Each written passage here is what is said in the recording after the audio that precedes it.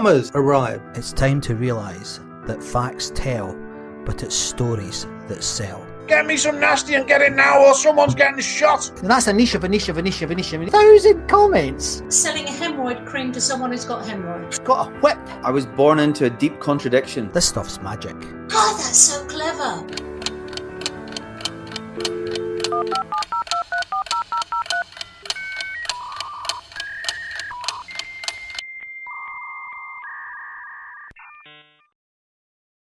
We have a lot of focus on cutting out the crap and the fluff and guff so that we get straight to the heart of what people are really there to do. And hello and welcome to Artefact Live with me, Scott MacArthur. Now we're moving towards a bit of a, not a rebrand, but a bit of a shake-up with the show. Not because there was anything wrong with the show, but just because after 66 episodes, I felt it was time for me to have some company on the show and also to sort of really focus our guests on some of their stories. So this is the first show, and Paul's not with me because he's traveling, and he's going to try and zoom in though and talk to us, because the other thing I'm quite keen on now that we're out and about is to get out and about with this kit and actually meet people in the flesh and actually do some sort of outside broadcast type things, because I don't know about you folks, but I'm getting a little bit sick. I sat in my little studio here. So hopefully Paul will make it. And if he doesn't, he doesn't. He's on a train, so you know what it's like sometimes with the signal. But this week, I'm absolutely chuffed to bits to have someone I've known. Well, we'll need to talk about it in a minute. I've known him for about, let me just put you on, Perry. Hold on. How long have we known each other, Perry Timms? I think it's about 8 years, mate. Aye, something like that. I don't remember how. Do you remember how we met? Was it a conference? Or something? You saw my TEDx, and then you linked your TEDx to me. Yeah. There you go. There you go. Okay, I couldn't even remember that. But nice to see you. You too, man. Yeah. How are you? How's things with Perry these days? Yeah, good. I mean, off air we were talking about the 2020 crash and how difficult that was, and we sort of held our nerve and stuff. And last year was a record year for us, 100% up. So the kind of work that you and I have always wanted people to get involved in, they're now starting to realise they should. So the order book's nice and full, and it's great. Yeah. So what is it you're actually doing now? Because people might not be aware of what you do. Yeah, sure. You and your business do.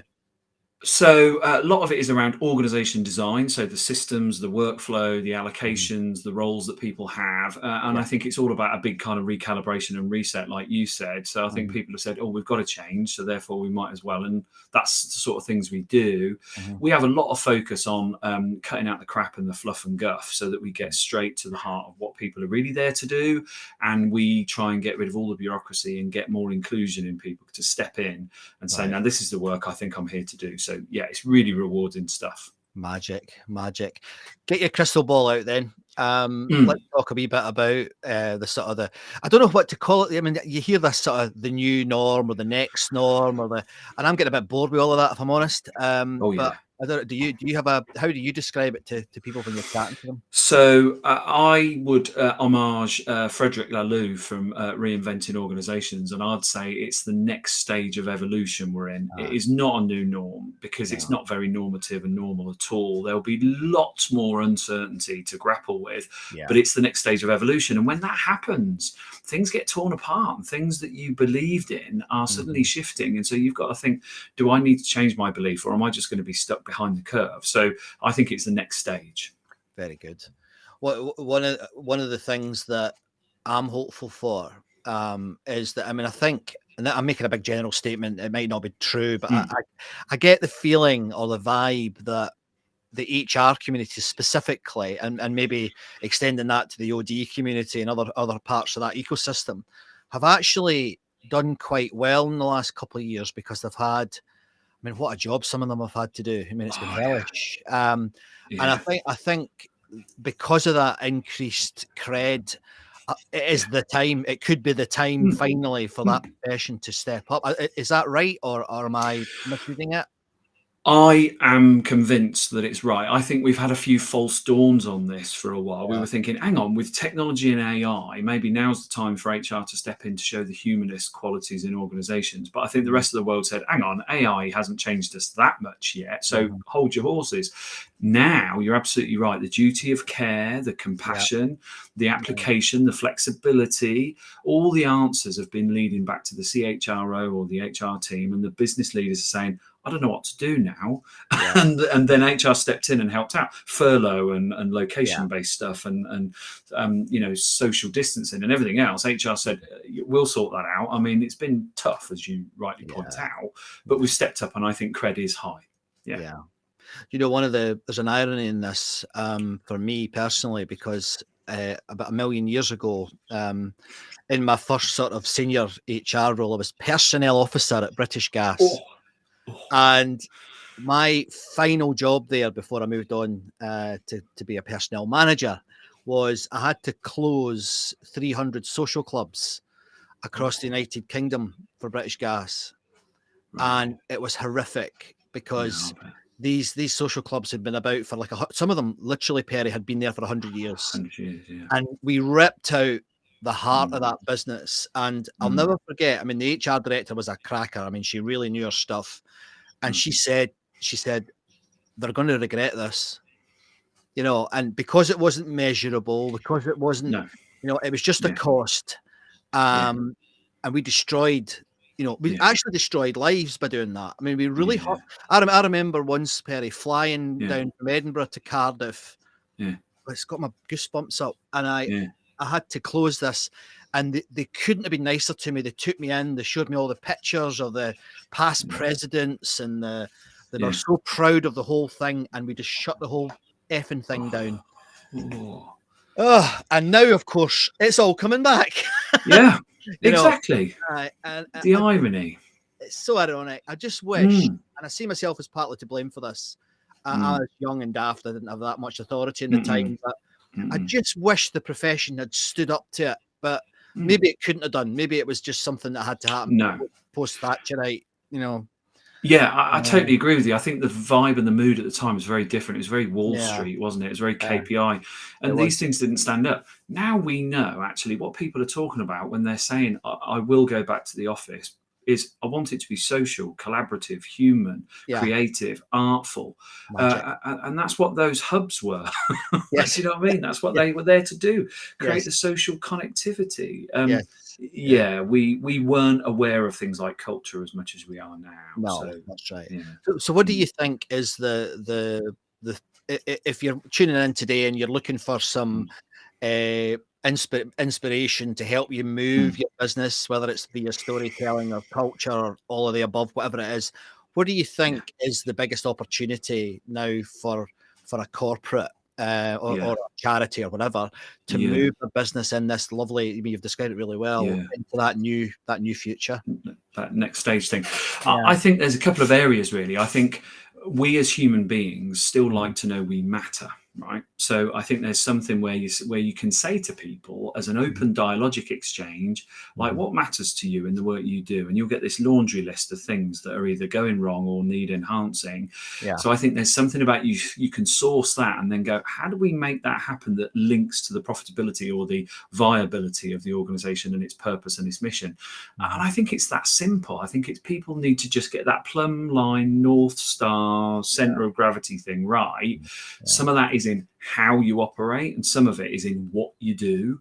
From that clarity position, I think you can then say, now we know how to plug in recognition, flexibility, career development, and so on. So I think, if nothing else, it is a story of our future that is crafted by what matters to you, and how can we weave that into the episodes. I think that's it. And how do we have, I mean, there's a word in biology, in evolution, actually, it's called atavism. Do you ever come across that word? Yeah, that's going backwards. That's going back to how it was before. Totally that.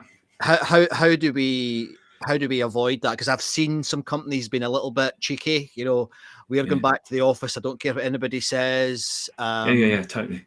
And I'm worried about that. I don't know if that's something to be me worried too. about. How do we avoid that? How do we educate them? So I think the sort of rubber band snap thing is that we do have to almost go to that granular level for a while, but not for long. We don't dwell on that, because quite quickly we can use that to assemble the sort of macro level shifts and say, now you've gone back to the atomized version of what you do here. You can see, can't you, where it leads and what it contributes. And people go, absolutely. It's almost like, why didn't we do that before? Well, there was no crisis call in it, right? So we just stumbled on blindly. And I often say a lot of people were just sleepwalking through their work because it was just so routine and nothing really challenged its, I suppose, orthodoxy. Now we've got a chance to like reorient that. So I think the secret weapon in this is team construct. So you do this at team level, and you get all the teams to work on it, and you can do that in a matter of days, really. And then you aggregate the team bit up and go, there's your business strategy, because we've kind of built it from the bottom up or the middle out. And then you can sort of map it to those external factors that you're challenging with, right? But then people understand them more. I've said for ages, Scott, and I know you agree with this, strategy is too far off for most people. Like, don't matter to me. It's like, it should do, though. Yeah. It's one of these things that I think my personal view has changed, and maybe not for the better. I don't know. I used to always believe that people were, and I'm talking about everybody, I'm not talking about the guys at the top, I'm talking about everybody. I used to always think that people were doing their best. I think I've maybe become a bit like a tire on a bike where the tread's gone down a little bit, and I don't think COVID helped. That I now see a lot of people abusing that. I think a lot of people, and this is only a personal view, but I think there was a lot of abuse of furlough. I think individuals did it, and now there's a lot of people beating companies up. I want home working. I want. I want. And I think, and I mean, I've had the unfortunate, in my career, I've done 50 tribunals. I had a lot of very, very difficult experiences with very difficult employees in companies that were doing their best. And I know that sounds very corporate, but it's true. It was absolutely true. I worry there might be a spate of nonsense. There'll be a lot of busy employment lawyers over the next few years as well. That's one of the downsides that not many people are talking about. But I think that it's a coming. Yeah, I'm acutely aware of things like entitlement and privilege as well, actually. And I think some of this has come through that. So whilst I will throw a little bit of mud at people like Goldman Sachs and the way they're currently trying to herd everybody back, there are clearly some people who've crossed the line and are demanding things. And it's like, hang on a minute, though, is that really fair? Because I think you're right. There are lots now in terms of leadership who are much more well-intended and want to see a fairer, equitable exchange. And it is an exchange. I've got a commitment to do things that are in the interests of this company, and I can't just center it on me, because that is far too much of the sort of narcissistic, my world's the right view type of thing. And we see it in inclusion, don't we, as well? We see a lot of people going, what do we need to mess about with this for? It's like, well, it's easy for you to say from your position because you haven't had that lived experience. So some of that needs to prick consciences, doesn't it? And that's firm lines. HR can, I think, rightly say, hang on a minute, that is so stilted towards you. That's not fair to the rest of your colleagues. And I think that play needs to come in a bit more, the psychology of connecting to others. Let's do some speculation then. I mean, one of the things that I think that there's a decent argument, I'm not saying I agree with it, but I think there's a good argument that we're experiencing the end of the employee. The whole idea of an employee, I think there's a good argument to say it's coming to an end. What do you think of that? Me too. Me too. Me too. So John Boudreau, a great professor from the University of Southern California, has just co-authored a book called Work Without Jobs.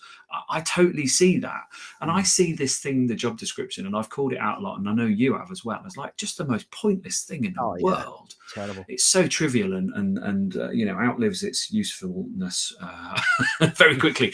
But I think you're right. I think people say, what's the work I'm here to do? And I'll assemble it around a sort of package. And then I realised that actually that work might change. So it doesn't look like a job anymore. It looks like I'm allied to projects and allied to initiatives and allied to breakthrough thinking.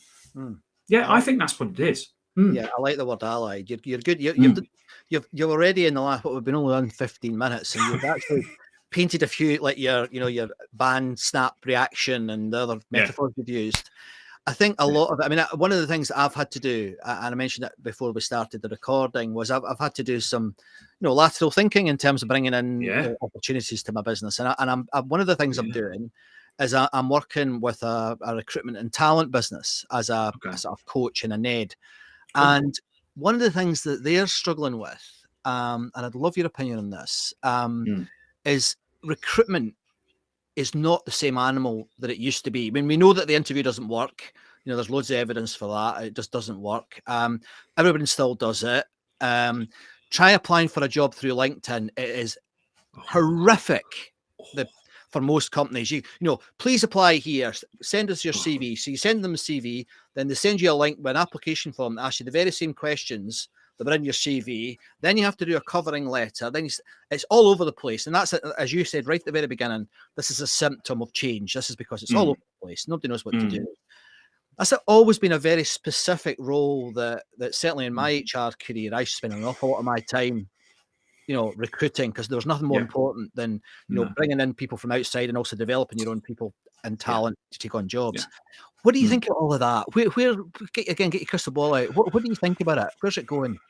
Yeah, I think so. At the end of this, you're going to ask me for a story, and I'm going to kind of link it back to that without telling that story.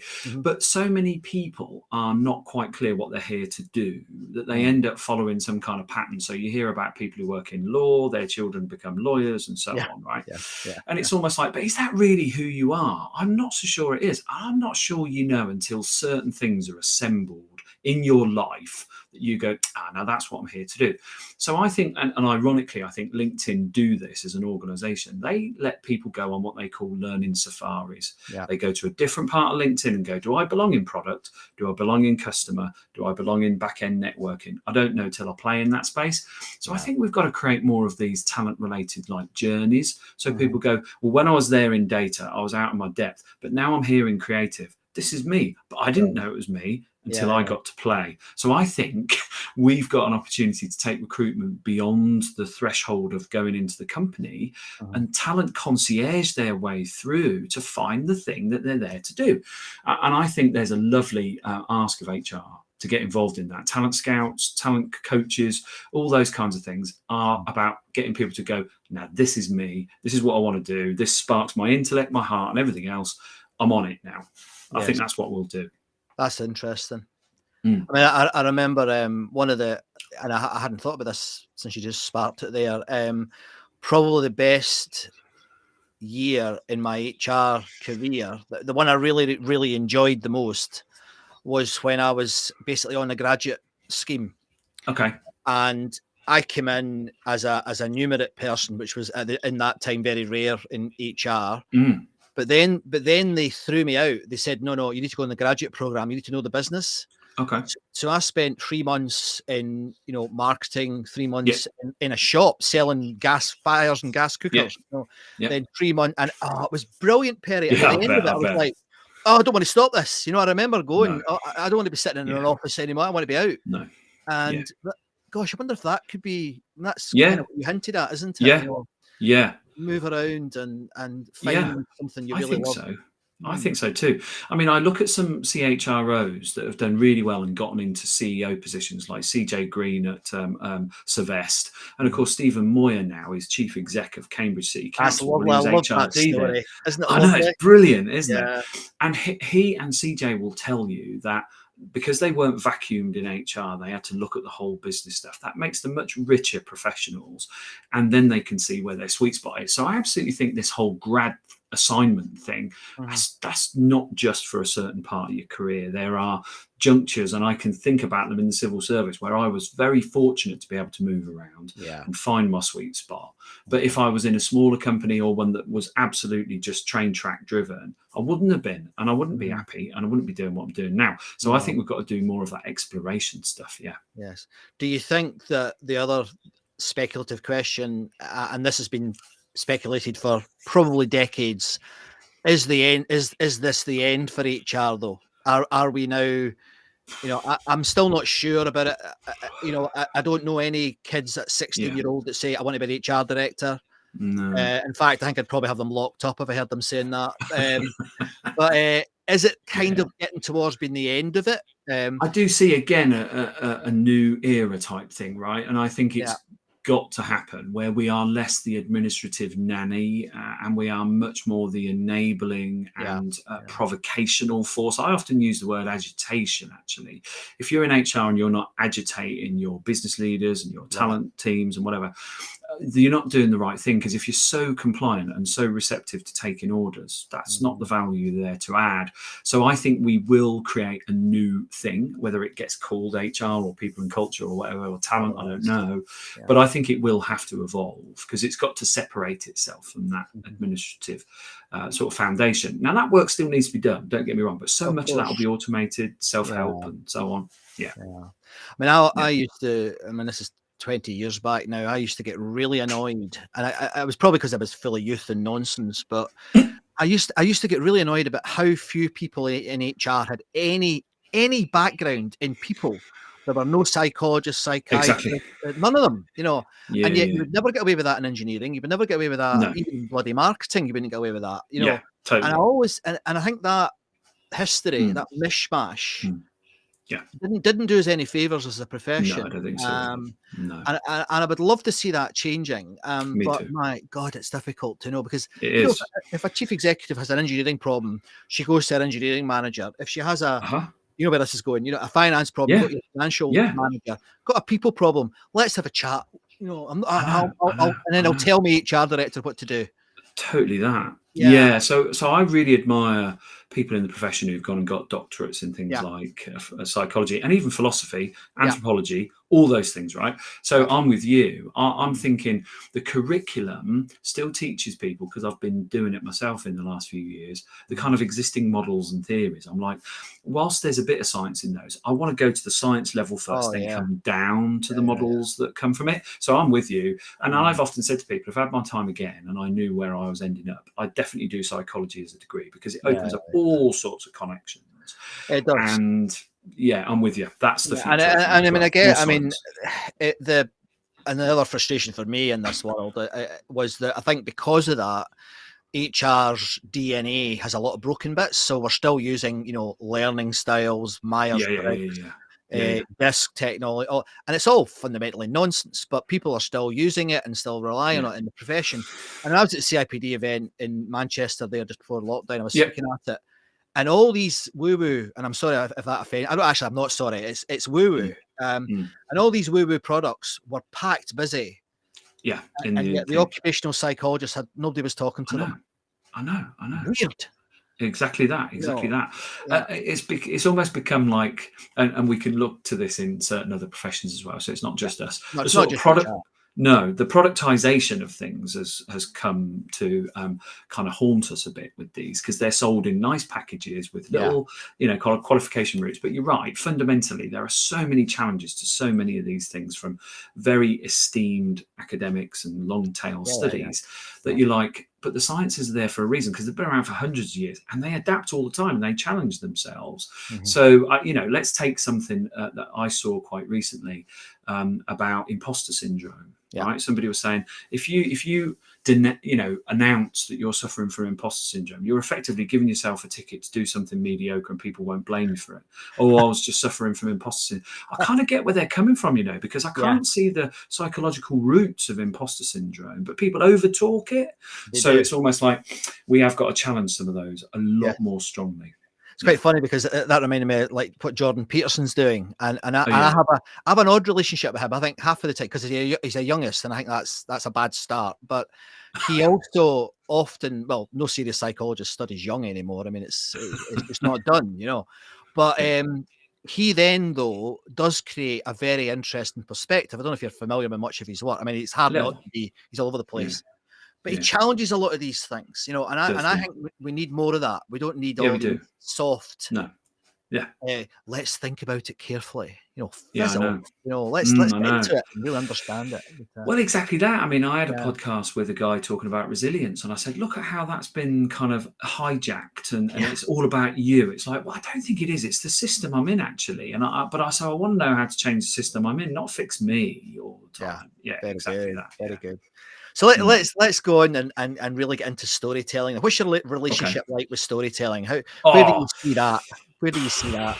big time. So I think back to my formative years, right? And there's a point I can remember where my English teacher asked me to stand up in front of the class and said, "Right, class, give this guy a few topics."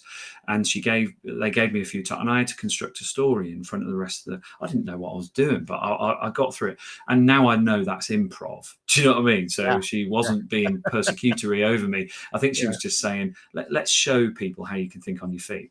And from then I've been fascinated by stories. So whether it's Marvel Comics with the graphic representation and of that, to the whole hero's journey thing, to unpacking stories. I mean, it's so inherent in us, isn't it, as social beings? Absolutely.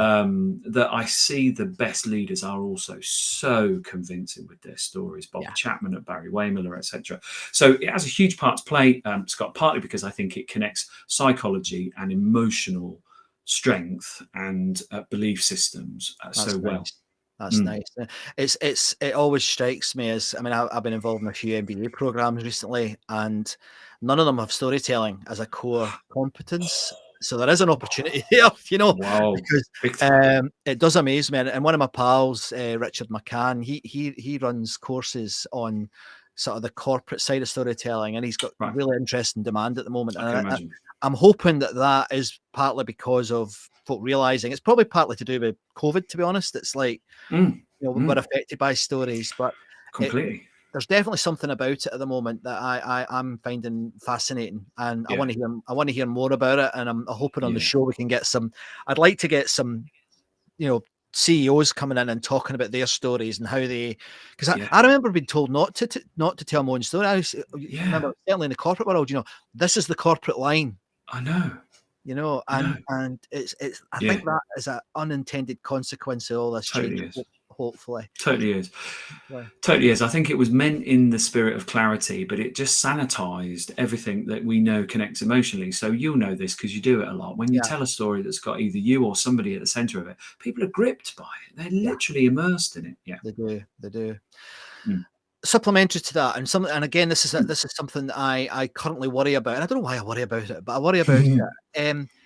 I don't see, and I'm probably focusing more on LinkedIn as the professional platform. And I know there's professional bodies doing this, but I'm looking at the online community. I don't know if I see very much intellectual engagement with issues online at the moment. I mean, I like LinkedIn's a shambles. I mean, I just, there's nothing happening on LinkedIn apart from people selling products that are linked to LinkedIn. And I know that's a sweeping statement, but I mean, LinkedIn doesn't like video, despite telling us all to like video. They don't. I mean, you put a video on, it's 10% viewing figures, so the algorithm's not doing it. What the hell is going on intellectually? What is going on? Yeah. I'm a bit wrong. I mean, I could have it wrong. I mean, no, I'm a bit like that with Twitter actually, because that used to be such a place of vibrancy, and then it got so torn apart, and I called it scorched earth the other day by Brexit. It just literally it destroyed it for me. So I use it as a content consumption sort of arena now, where I rarely dive in, but I do see people posting useful things like Ryan Breslow over at Bolt in the US and his 4-day week and whatever. So I follow it for that. But you're right. I think what's lacking, and I think people have backed away from it a little bit for a reason I'll tell you about in a minute, is exactly that intellectual sharing, that stuff that says, this is useful to me. You might as well have it as well, because why not? That's the point of it. I've picked it up from somebody else, but there's this quote like, information and knowledge want to be set free. And I think that's exactly what it should be. But you're right about the algorithms. My God, I mean, the difference between me posting something just in a LinkedIn thread versus connecting to an external platform is stark. They don't want you to leave the platform. It's like, but it's content. It doesn't matter. I'll come back. But the discourse, I think, is where I'm headed to, which is so many people have been so battered by people because they stood up and said this isn't right, and they got jumped on by other people and trolls and everything else. I think it's backed people away. They're like, oh, I can't be bothered now. And I'm one of the same. So, so it's lost its spark, hasn't it? It has. I mean, you look at, and I mean, I'm not particularly keen on his work, but Simon Sinek, he puts the cat sat on the mat, and he gets hundreds of people commenting on it, and it's all pure rubbish. And It is. Yeah. where is the? I mean, when I follow your work, I follow Rob Breener's work, I follow all these people who I really admire. Yeah. And there's no bloody engagement. You're like, No. ask them a question. These people know what they're doing. I know. And I know there is engagement. I know people are picking the phone up, and but I don't know. It's disappointing. I'd like. I'm with you. I'd like to see some sort of proper, intellectual. And I mean, I know I'm a bit of an art with this stuff, but I just don't see it, and I don't see enough of it. I'd like to see much more of it. And it's kind of what I'd like this show to end up being. I think that's what you're doing. I think you are. So Hung Lee, who's a brilliant guy in recruitment, once used this phrase, and it just really hit me. He said, the future is small social. I thought, that's it. And it is. That. Now, that's not echo chamber, mate. That's just smaller, less of the huge gigantic stuff where people go, I know that when I go there, A, I can challenge, but B, I can be stimulated and enlightened as well. Yes. And I think what you're creating here, and you opened it up by sort of talking about artifacts, you're creating an artifact because you're creating something where people will come to share and spark off, and so small social. I love that. I'll come on to artifacts in a sec, actually, but just one final thing that a very good friend of mine called Julian Burton. I don't know if you've come across Julian. He's one of these strategic artists. He's wonderful. Yeah. And where his work has been going, and I've been watching it on LinkedIn, is he's come out, and you've just beautifully described it. He's kind of come out of that strategy area, and he's now talking about communities.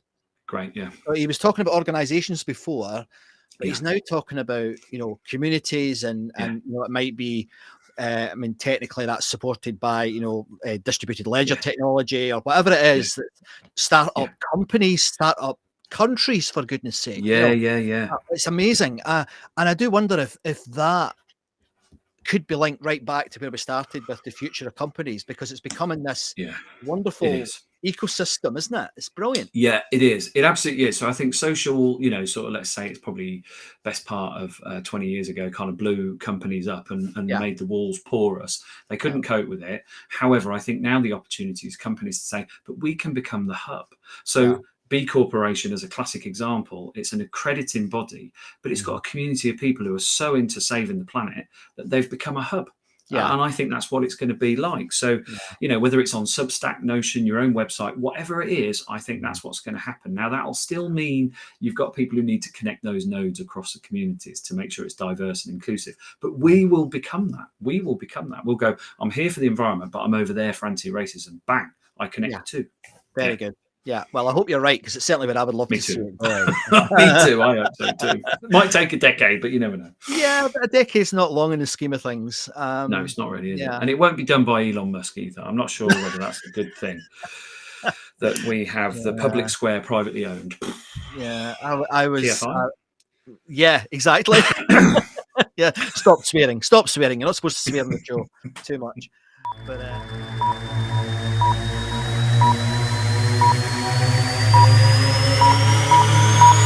It was my favorite thing in the entire world. Okay, so I'd like to ask you about your artifact. Did you bring an artifact for us to have a look at? I did. Now, not surprisingly, with what's behind me on a bookcase, it is a book, and it's called It's Not How Good You Are, It's How Good You Want to Be. Right. The world's best-selling book by Paul Arden. Right. Now, Paul Arden was, bless him, he's died now, but he was a marketing exec at Saatchi & Saatchi. Now, I was on a flight, picked up the BA magazine, looked at a book review for this, and I got drawn by this quote. It says the world's best-selling book by Paul Arden, but because there's no comma after the word book, that's not a lie, because it's not the best-selling book in the world, but it is the best-selling book in the world by him, because it was the only one he'd written. So I loved that. I thought, this is genius. Now, the reason this is an artifact is because it's got lots of like big, bold pictures and big, bold statements, right? Yes, don't promise what you can't deliver, and the Leaning Tower of Pisa. And I just looked at this book and I thought, it's so simple. It's almost a bit punk. It's almost just a bit like... obvious but so profound that I found myself just enjoy reading it. And you know what? I've used it in coaching sessions. I've used it to help people set business strategies. I've randomly opened a page and said, rough out ideas, layout, sell the idea better than polished ones. I'm like, I'm going to do that today. So that's my artifact. This book has just guided thoughts for probably three decades now. I love it. Well, I'll be buying a copy of that then. I'm interested in that. Yeah. My old professor, I remember when we were he was retiring, and we were closing down his office, and he had written, I mean, he was a genius. He'd written about 50 books, this guy, right? He was a real smarty pants. And I was packing the books into the boxes, and it was two books he's really famous for. And one of them's a big, thick hematology book, right? It's about this thick. And the other one was a book about this thick, which was about bones, basically, bones and cartilage, which is what I was working on. And I said, the difference, Diggold, what's the difference? And he said, that book, I didn't know what I was talking about. That book I did. That's the long letter, short letter. Thing, exactly. I didn't have time to write you a short letter. Yeah, I've no doubt he was. I've no doubt he was riffing off of that because he was a smart man. Cool, you know, though. Isn't that cool? It's brilliant. Yeah. I mean, one of the smallest books I've got is by Russell Ackoff, who's a genius in systems thinking. And literally, it's a slither of a book, and it's just full of brilliant stuff. Yes. Yeah. Yes, you don't need to have 300,000 words in a book. Absolutely don't. No, I agree. Lovely. That was a lovely artifact. Thank you for that. Yeah. Cool.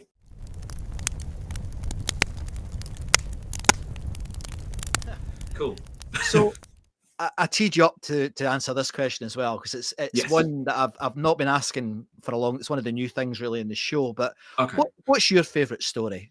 My favourite story. So I did talk about it in my TEDx at Hult International Business School, and it's the Marvin Gaye story. And I wanted to loop it back to what I said earlier on about people don't know what they're here to do until they discover it, because he was the same.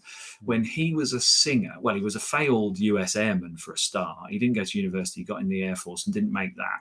But he knew some people who were singers. He had a sort of choir upbringing, and he got into a doo-wop group and then got signed to Motown. And for a few years, he played the drums and wrote songs and was a backing singer.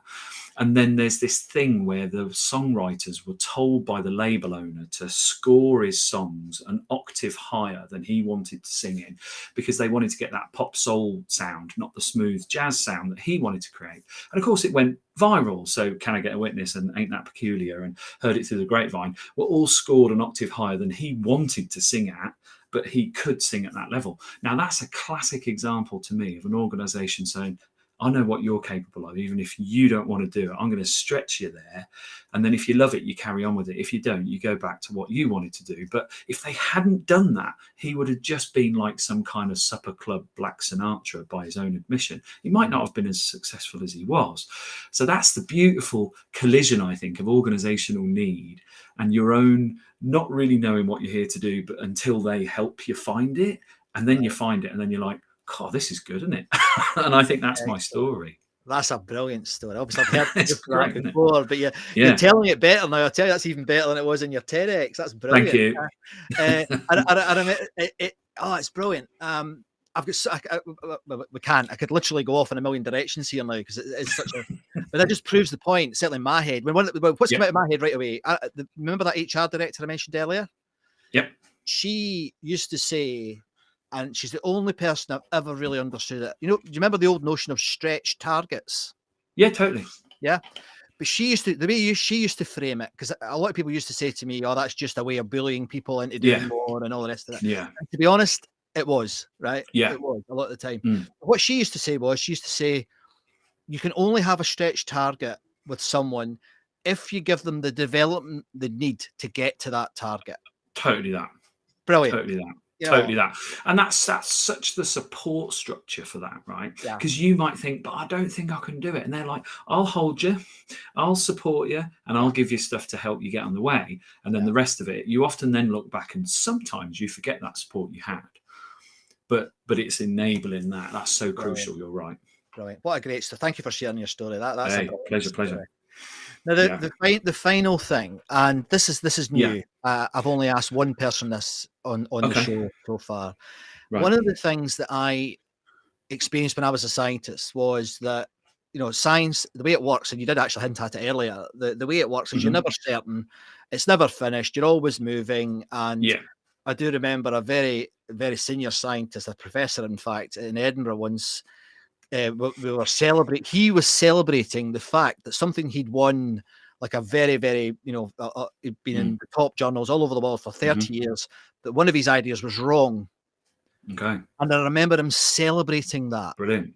That's right? brilliant. Yeah. That is rare, but it happens in science. Mm, Not what all these mm, anti-science idiots are saying at the moment. yeah.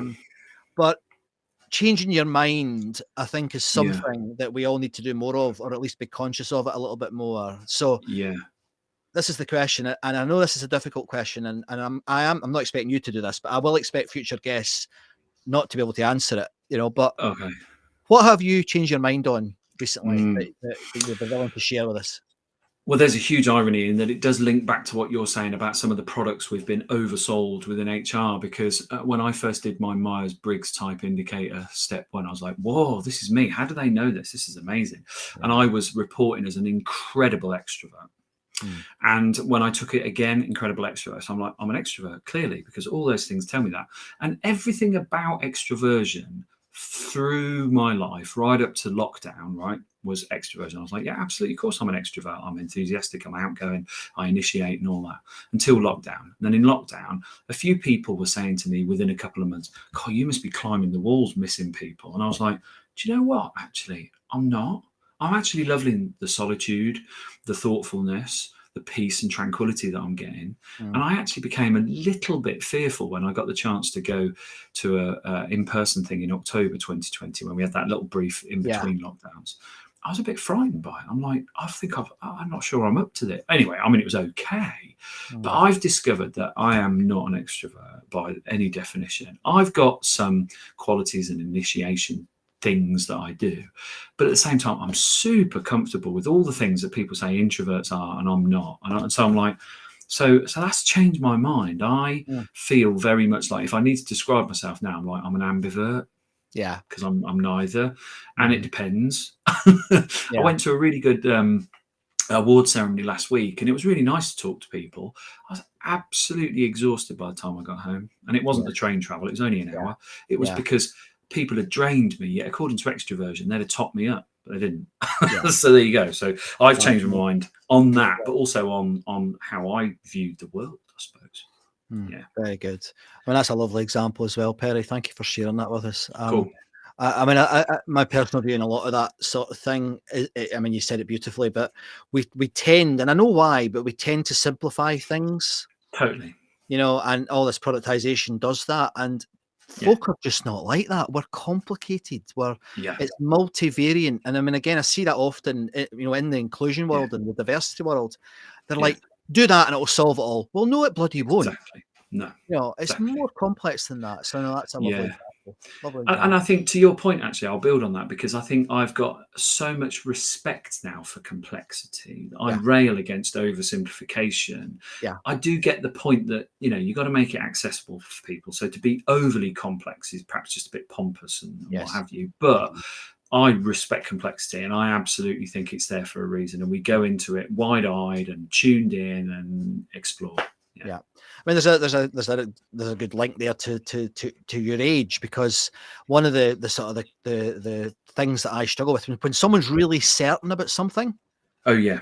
That's a negative. That's not a positive. They see it. So when you're 21 and you know the world, you know everything, and and then when you get to like having a few years experience, you go, do you know what? I don't know bugger all about this. And I think that's a much more healthy, actually. It is, isn't it? Yeah. It reminds me of the lyric in The Changing Man by Weller, where it says, the more I see, the less I know, the less I know, the less I understand. Yeah. So true. So Perry, that's been brilliant. Absolutely fantastic. And this is not going to take much editing, because that was just a great conversation. I'm happy with that. But can you tell people, if they're interested in your work, how best to get in touch with you? etc.? Sure can. Thank you for that. So pthr.co.uk. I'm on LinkedIn, despite what we said earlier on. I post on that in a vain attempt to create a little sanctuary within it. I'm on Twitter @PerryTims, and you can Google me and YouTube and see some speaking and stuff like that, TEDx's and what have you. I'm not difficult to find. And what about your writing? Oh, yeah, of course. I've got 2 books as well. Transformational HR, second edition, now out on Kogan Page, and The Energized Workplace, which came out in June 2020. So, a couple of books too, Fantastic. Thanks for reminding me. Well, I've read them and they're good books, so I would have recommended them Thank you, anyway. man. So, Cheers. so thank you ever so much for being on the show. Oh, And cheers, Scott. I hope we can meet and have a beer sometime soon, Perry. I think that's going to happen, mate. Going to happen. Too much to talk about. All right. Thank you. Cheers. Cheers, man. So wasn't that a fantastic chat with Perry Timms? And I do recommend his books. They're terrific. It's made me think. He's really stimulated me by his use of story and metaphor all the way through. Did you notice that? All the way through, Perry was dropping in little metaphors and telling us little stories. So, and the Marvin Gaye story, what a story that is. I mean, that is what I would call a generative story. And I meant it when I said to Perry that, you know, that we could literally have gone off on so many directions from there because it was so fascinating. So my name is Scott MacArthur, and you've just watched a pre-recorded edition of Artefact Live. Hopefully next week we'll be back live with me and Paul Crick.